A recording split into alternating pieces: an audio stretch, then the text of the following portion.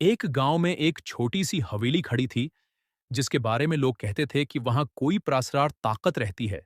गांव के बुजुर्गों का कहना था कि उस हवेली में एक दिल्लहन की रूह है, बस्ती है जो एक खौफनाक हादसे का शिकार हुई थी।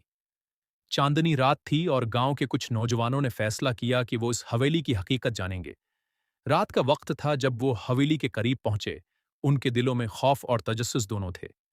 एक नौजवान, फैसल ने कहा, हम सब साथ हैं, कोई भी हिम्मत हारेगा नहीं। सबकी नजरें हवेली की तरफ थीं।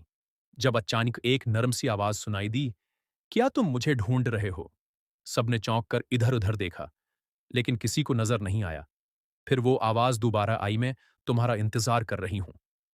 फैसल ने हिम्मत करके हवेली का दरवाजा खोला और वो सब अंदर दाखिल हो गए। अंदर का मंजर बिल्कुल सुनसान था और एक अजीब सी ठंडक महसूस हो रही थी।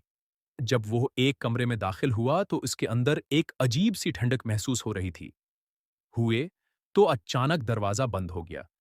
कमरे में एक बड़ी सी आईना थी जिसमें एक औरत का अक्स नजर आ रहा था, लेकिन वो औरत बिल्कुल चुपचाप थी और उसकी आंखों में एक हुआ हो रही थी। खौफनाक खला था। तुम मेरे साथ आओ, वो आवाज फिर सुनाई दी और एक गमगीन तस्वीर सामने आई। वो रूह दिल्हन की थी जिसने कहा, मेरे मरने का बदला ले लो।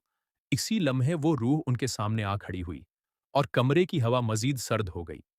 फैसल और उसके दोस्तों ने फौरन दरवाजा खोलने की कोशिश की, मगर दरवाजा जितना जोर लगाते इतना ही बंद होता गया। वो रूह उनके करीब आई और उसके फेस से एक दिल दहला देने वाली आवाज निकली, अब तुम्हें भी वही दुखों का सामना करना होगा जो मैंने किया था। अब उनके लिए बचने का कोई रास्ता नहीं था।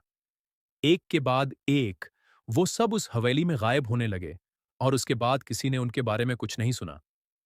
इस हवेली के दरवाजे हमेशा के लिए बंद हो गए और वो रूह अब तक वहां मौजूद है, किसी और को अपनी कैद में लेने के लिए।